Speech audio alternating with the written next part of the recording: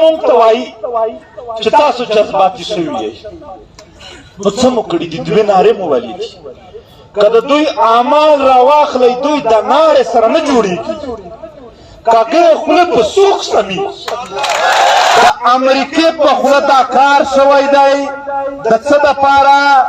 امریکا په د خطا کې جنگ غواړي او د دغې ابتدا یې پاکستان ورته وکړه، ته چې په دې کې په ډیورنډ کرښه لر او بر افغانان خفه کړي، نو بیا 2 میلیونه افغانان په زور د خاورې نه وشړې. دا ډېر لوی نفرت پیدا کوي. دا نفرت په راتلونکي جنګ کې به یو نوی تودوالی ورکوي چې سبا دلته څوک هم جنګ کوي. اول هر څه هم مشکل جوړېدو، ذمه دار یې د پاکستان ریاست دی، ځکه چې ابتدا دوی داسې وکړله چې هغې نه قهر جوړېدو، ضد جوړېدو، نفرت جوړېدو، غصه جوړېدو. زورور نه یې، دومره تکړه هم نه یې، ننګیالی هم نه یې، خو کاکه نه وای تا ته به ستا زور مونږ بیا درښودلی وای. دومره بې جرأته یې چې هر کال چې لاهور ته سیکان راځي بیا اعلان ورته وکړي چې بغیر پاسپورټ راتللی شي. د نرجوت سینګ سیدو سره دی د دوی د سیکانو پټکی په سر رابدل کړی وي، ورسره ناست وي، آرمي چیف ته ناست وي، وزیر اعظم د ناست وي، سیکانو ته د لاره خلاصه کړې ده او ته دلته د کلمې او د اسلام کیله ځان ته وایې او په مسلمانانو یې بندوې. دا ستا کوم اخلاقیت دي؟ ډېر غیرتي ولس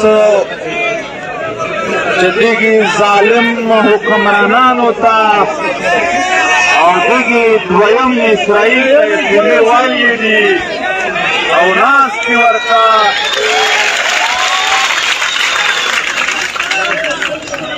د زړه د سره سلام کوم او د دغې پردات مشرتابه تاجر اتحاد آل پارټي او لغړي اتحاد چې څومره هم مشران دي په دې پردات کې ناست ولسونه دي، ټولو ته یوې د دوی ننګ او غیرت ته سلام. محترمو، زه به پوره تقریر سبا کوم ځکه هم چې زه سره د بسترې راغلی یم.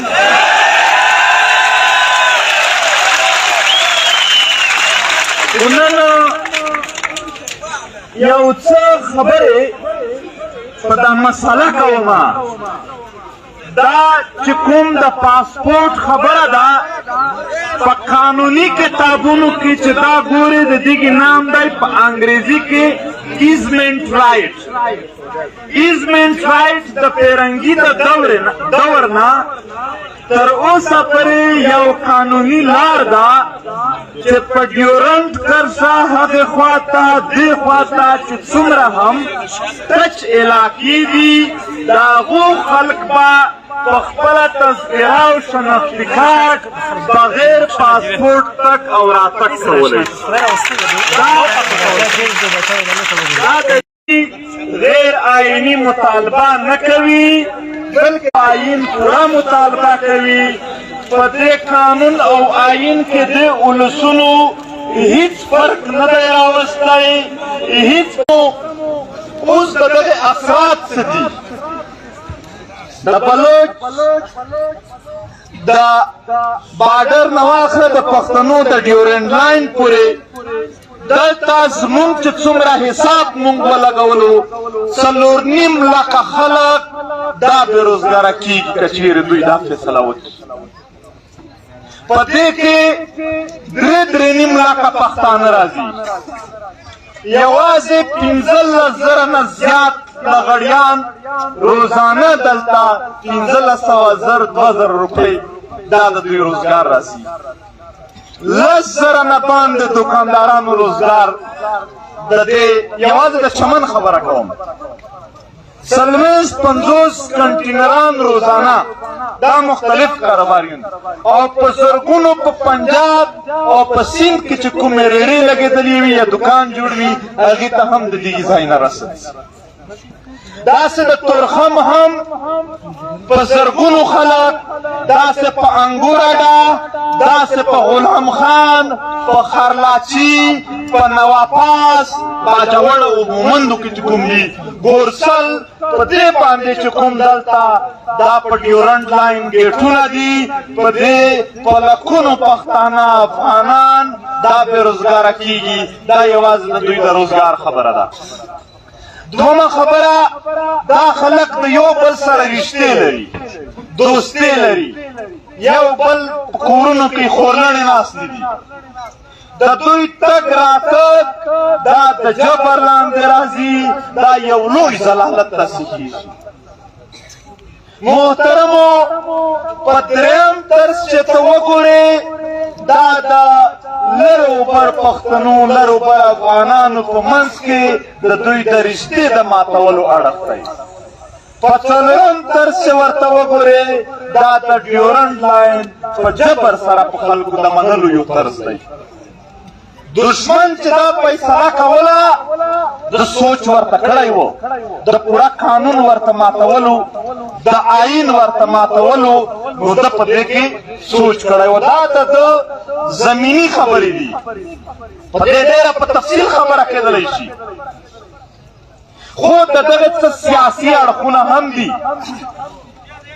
دی د کابل په اوسني واکدارانو باندې په دې طرز باندې یو پریشر جوړول غواړي چې زما دا خبرې به ومنې، بیا به زه داسې کار نه کوم یا به وکړم. خو محترمو، دا خبره څوک نه کوي، زه به دلته وکړمه، حالانکې ټول خلک پرې پوه دي چې دا ګیم د چا دی. د امریکې په خوله دا کار شوی دی. د څه دپاره؟ امریکا په د خطا کې جنگ غواړي او د دغې ابتدا یې پاکستان ورته وکړه، ته چې په دې کې په ډیورنډ کرښه لر و بر افغانان خفه کړې، نو بیا 2 میلیونه افغانان په زور د خاورې نه وشړې. دا ډېر لوی نفرت پیدا کوي. دا نفرت په راتلونکي جنګ کې به یو نوی تودوالی ورکوي چې سبا دلته څوک هم جنګ کوي، اول به دوی سپورټ کوي. محترمو، دا ابتدا چا وکړه؟ سبا به تباهي کېږي. بیا به کله وایي دا خو پلانکي سیاسي کړي دي، پلانکي په مونږ ورته کمزوري خلق ښکارېدلو، مونږ ورته نالایق ښکارېدلو، مونږ ورته داسې یو ځنګلي خلق ښکارېدلو. ځان ورته پیاوړی، ځان ورته قابل، لیاقت، شجاعت، هر شی په ځان لیکلي و او دا خاوره فتح کوله. نن مونږ په خپله خاوره موجود یو. چیرې دی پیرنګی؟ دلته شته؟ نشته دی.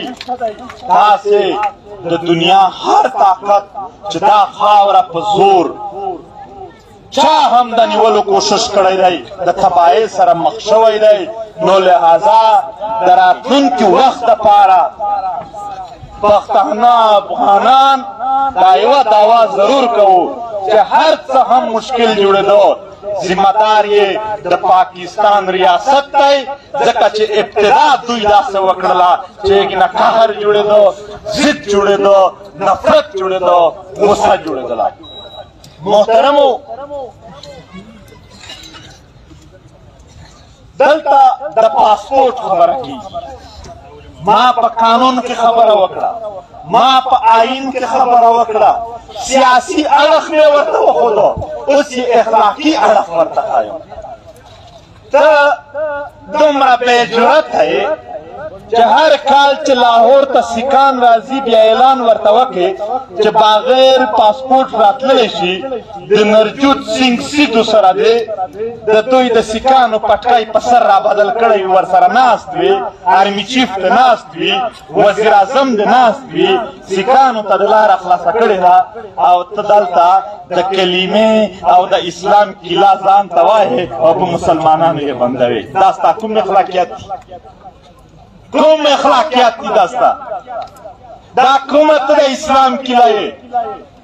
زه هر وخت ورته وایم چې دا د اسلام کیله دوا کوونکي د زما سره کښېني که په تېر 50 کاله کې په کفارو نه زیات مسلمانان دوی نه و وژلي بیا دې راشي ماته دې سزا راکړي.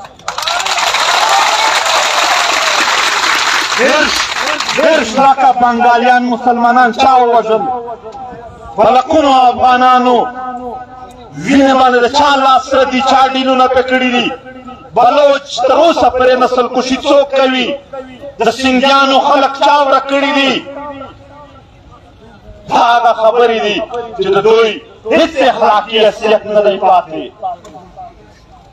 دوی تش په نام باندې د اسلام دعوا کوي، د اسلام د ورورګلوۍ دعوا د ظلم دپاره موږ د چا سره نه منو.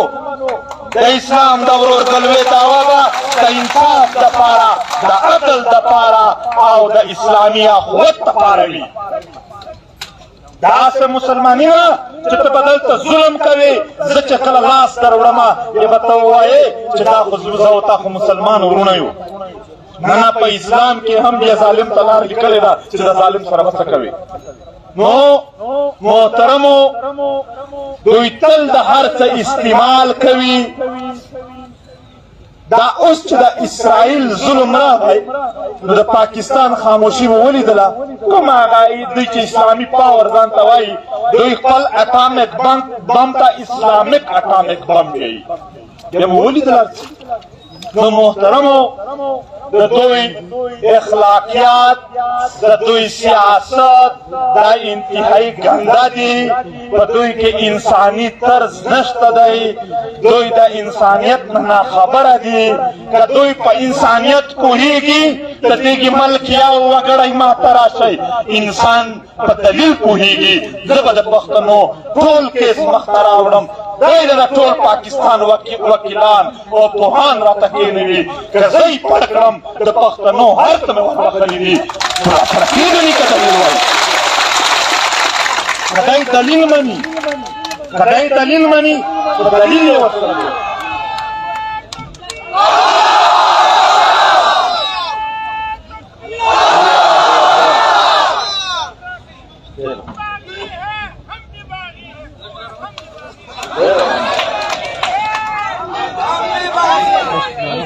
محترمو، مولوی صاحب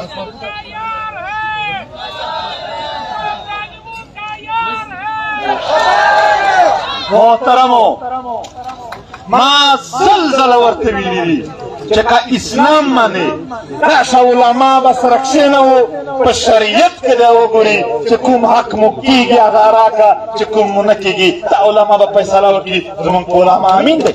مني یې شریعت، اسلام مني. که اسلام نه منې دا خپل جوړ کړی پیرنګی آیین منې، راشه په دې کې به سره وګورو چې کوم حق مې کېږي هغه راکړه، چې کوم مې نه کېږي هغه مه راکوه.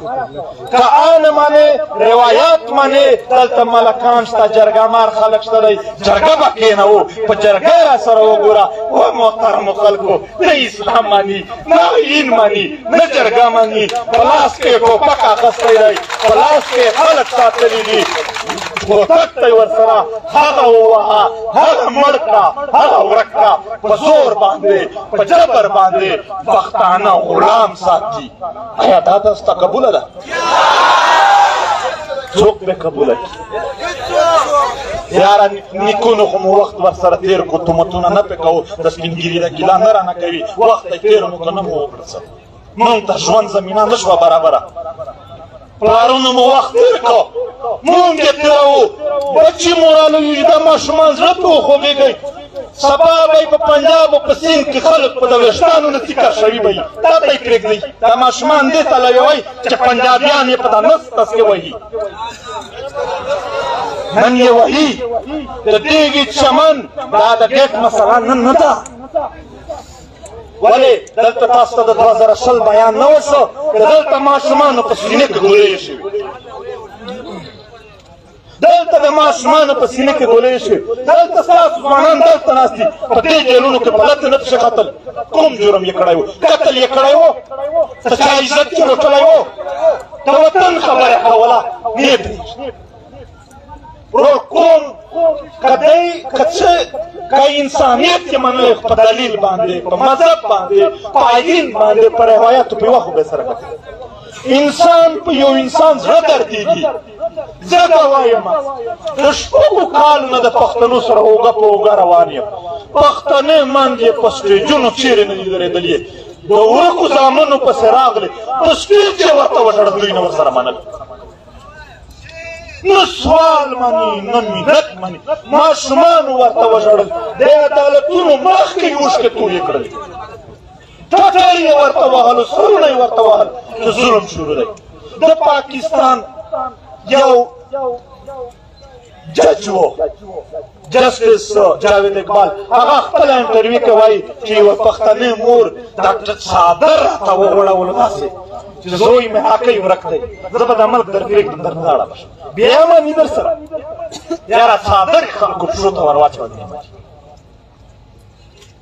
خلک مونږ ته وایي چې تاسو جذباتي شوي یئ نو څه مو کړي دي دوې نارې مو ولې دي که د دوی اعمال راواخلئ دوی د نارې سره نه جوړېږي کاږه خوله په سوک سمي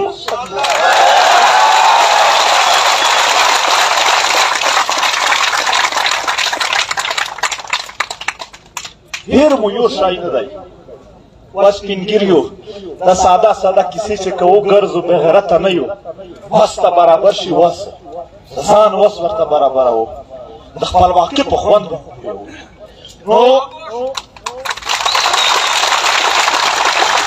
دا د غلامۍ مسله ده نن به درته راشي درته حل به یې کي میاشت پس به بیا وي ورور وایي چې کورنۍ به دښمني دي 500 به وي 1000 به وي 1000 به وي نن یې حال که سبا 1000 دی نورې جوړوي دا د اختیار مسله ده دا د غلامۍ مسله ده په کوم ځای کې دلته خو به چلو ته په چمن کې دوکانونه 15 بچ کړي په لاهور کې به اور درنه ورکړي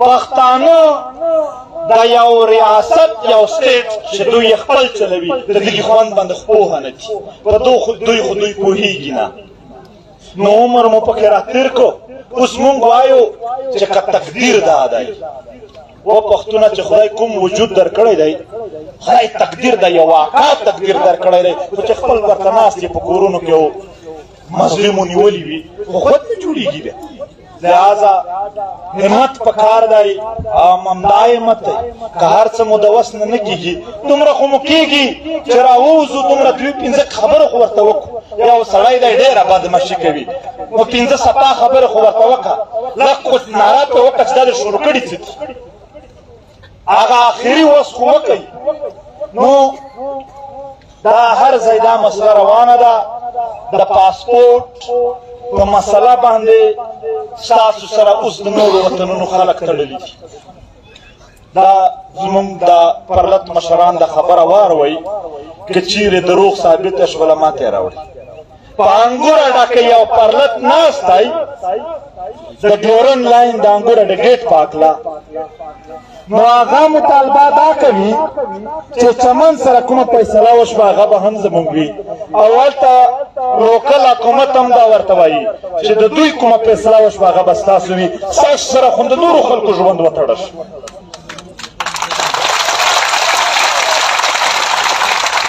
حکومتونو مو بوج راغلی دی د نورو ډېرو پښتنو نو دا یو وړوکی حرکت مه شمرئ ډېرې خواندې مندې به بېوزله شي څوک به د کلي نه ځي وځي ماشومان په ډوډۍ پسې به پنجاب ته او نورو ملکونو اوس خو پنجاب ته هم وایي چې ویزې شروع کړي دي دا په پنجاب باندې د پښتنو ډېر خفا وي چې ویزې شروع کړي دي ما ځان سره خندل چې ای پنجاب هم دومره شو چې ویزې لري سړیه تا ته درڅي څو د چا زړه به درشي کوم څه لرې زما په شان غرونه لرې زما په شان اوبه لرې وطن لرې میوې لرې ته لرې څه شی چې خلک به درځي خو پښتانه د لوټلي دي د خپلې خاورې خواږه نه ورته پرېږدي نو د مجبورۍ نه دوی هلته تللي دي. په پنجاب کې د امن جوړ کړی دی، دلته بدامني ده. په پنجاب کې د روزګار او فیکټرۍ جوړې کړي دي، دلته بېروزګاري ده. د دې د وجې ځي که نیویزا پرېږده، ته مونږ ته خپله خاوره را پرېږده، ته پنجاب خو پرېږدی، پنجابي مخ به نه وګورو.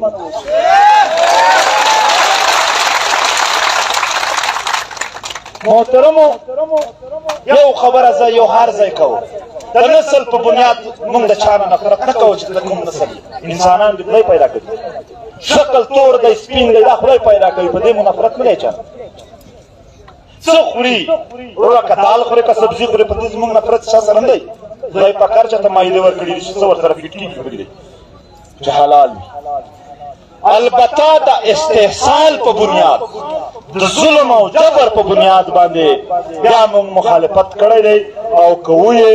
محترمو، د افغانانو کیسه که وکړو، افغانان د یو لویې منصوبې تحت د دغې خاورې نه وباسي.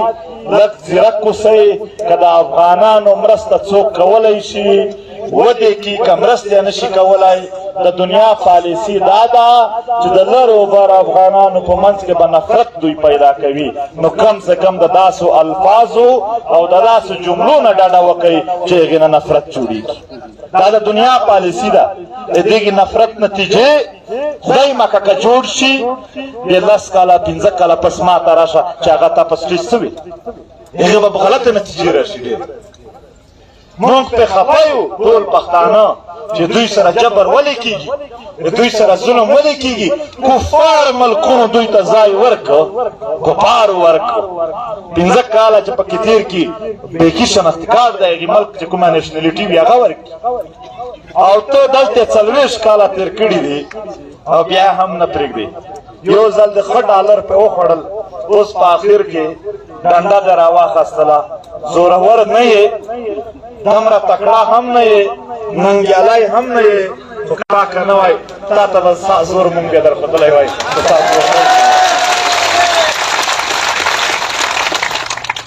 او محترمو، ما اول د خبره درته وکړه چې تقریر به سبا کومه، په تفصیل سره ډېرې خبرې دي. د تربت کې بلوچان ویشتلي دي، بلوچان هلته ناست دي. که ستاسو اجازه وي نو په اردو ژبه کې چې بلوچان پې پوه شي، دا ټول پرلت د هغو مظلومو د حمایت اعلان کړي. که ستاسو اجازه وي. हमारे बलोच भाई जो इस वक्त तुर्बत में इख्तिजाजी धरने में है, वहाँ के 4 नौजवानों को जालिम और फासिस्ट रियासत ने बेदर्दी से शहीद किए हैं. ये चमन के एहतजाज, ये पश्तूनों अफगानों का एहतजाज तुम्हारे हिमायत का ऐलान करते हैं. हम आपके साथ हैं, हम मजलूमों के साथ हैं, हम मजलूमों के साथ हैं, हम जालिम के मुखालिफ हैं. मोहतरमो, दलते द कामी इतिहाद खबरा मलगरू वखड़ला, मोहतरमो मशरानो वखड़ा. د قامي اتحاد که جوړېږي، زمونږ نه پکې مشوره مه اخلئ، بس چې دوی ته سره وکړله زمونږ هغه ده ورسره. که زمونږ په ګرځولو کېږي چې په کورونو کورونو وګرځېږو، ګرځېدلي یو بیا به وګرځو، بیا به وګرځو. خو که مشرانو اتفاق نه کولو کام به یې سره وکړو، کام به یې سره وکړو چې مونږ بس دا خوښه کړو، بیا به هر څوک خپل راځي. دا دغې پرلت په هکله مونږ که څه هم احتجاجونه کړي دي، خو چې تر څو مسله نه وي حل شوې دا کم دي. خو بیا هم د جمعې په ورځ په 1 دسمبر به په هر ځای کې د پي ټي ایم احتجاج وي د دغې پرلت په حمایت. سبا 29 تاریخ 29 تاریخ ته به په بلجیم کې په یورپ کې د یورپ د پارلمنټ مخ ته د دغې پرلت په حمایت کې د پي ټي ایم احتجاج وي. او زه به خپل هم دلته ستاسو سره ومه، سره د ملګرو. او یوه خبره کومه، یوه ورځ مقرره کړئ، ناره مونږ نه راوړو، مونږ د پي ټي ایم به ډېرې نارې وي، دلته به ډېر پي ټي ایم نه، دا ولس څه غواړي په هغه به سره وغږېږو. ناره تاسو خوښه کوي، منصوبه تاسو جوړه کوي. هر حدود کې په هغې حدود کې موږ ستاسو سره یو. زموږ شرایط نه، ستاسو په شرایط مطابق. خو یو خواست کوو، که په چمن نه کېږي راځئ چې لږ حرکت ورته وکړو. دوی به د پنجاب ډېر ګران دی چې دوی خو به د جي ایچ کیو مخ ته ورشو.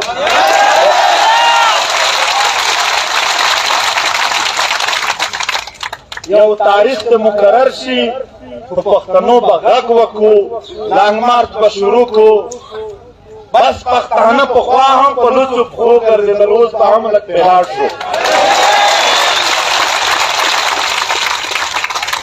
دنیا ته به وښایو چې نور یې مجبور کړي یو.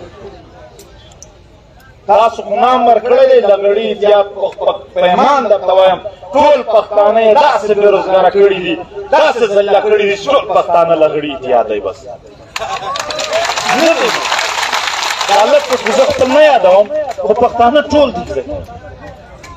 راځئ خو مخ به روان شو، یوه وسیله ته ورځو، غټه خوله غږ پرې کوو چې پښتنو ای مسلمانانو راشئ زموږ ملګري شئ چې د ظلم مخالفت وکړو او د خپل وطن مسله وحل. راشئ په دې کله عبدالله ورشو، په دې کویټه په کله سیف الله، دې خوا په ژو باندې وډي خان وزیرستان وکورما ته و پېښور ته و سوات ته داسې په لوڅو پښو وګرځو. که چېرې سي ځوانانو سپین ږیرو ته حیا ورتل، هغه به هم راسره ملو شي او دا پښتانه به روان. تر څو به یعنې دا ژوند تېرول. خلق دنیا کامونه د ځان دفاع چې ډېر هم کمزوري کوي، والله په دې خبرو یې بیا هم نه کوي چې موږ شروع کړي. د ځان ځواب د دنیا ډېر کلک زورور ته هم بیا وچ په سکونو ورکوي چې ډېر هم کمزوری وي. موږ دومره کمزوري نه یو. نو زه به بیا هم دا پاس مې تجویز دی چې یو فیصله د یوه ورځ د مقرره شي د جي ایچ کیو مخ ته، دا دغې پرلت چې کومې مطالبې دي دا به د ټولو پښتنو سره موږ وعده وکړو چې کله کې مروت څه مطالبه لري جایز هغه به هم ور شامله کړو. که وزیرستان لري که سوات والا دي دا به ټولې پکې شامل کړو. دا یو به چېرته ناست و، څه د یتیمانو په شان به یو ځای یو بل ځای ناست و. راشئ د یو ملت په توګه باندې که دا او دا تجویز دی، که ومنه شو هم موږ در سره یو، که ومنه شو هم موږ در سره یو، که نه ومنه شو بیا در سره یو. خپل خلق مو یې او بیا هم وایم موږ دلته د ورکړ خاصیت د دغو ولسونو سره ولاړ یو. په آخر کې د یو څو نارې درته وهمه، تاسو به صرف وایئ چې نه منو. په چمن ګیټ پاسپورټ، په چمن ګیټ پاسپورټ، په تورخم ګیټ پاسپورټ، په انګوراډا ګیټ پاسپورټ، په خارلاچۍ ګیټ پاسپورټ، په کورسل ګیټ پاسپورټ، په نواباز ګیټ پاسپورټ، په غلام خان ګیټ پاسپورټ، افغانانو سره ظلم جبر، افغانانو سره ظلم جبر او د دغې ظالم ریاست دهشتګردي. ډېره مننه. لر او بر محترمو، که پرلت د شپې وي ما خبره کوي زه به د شپې وي.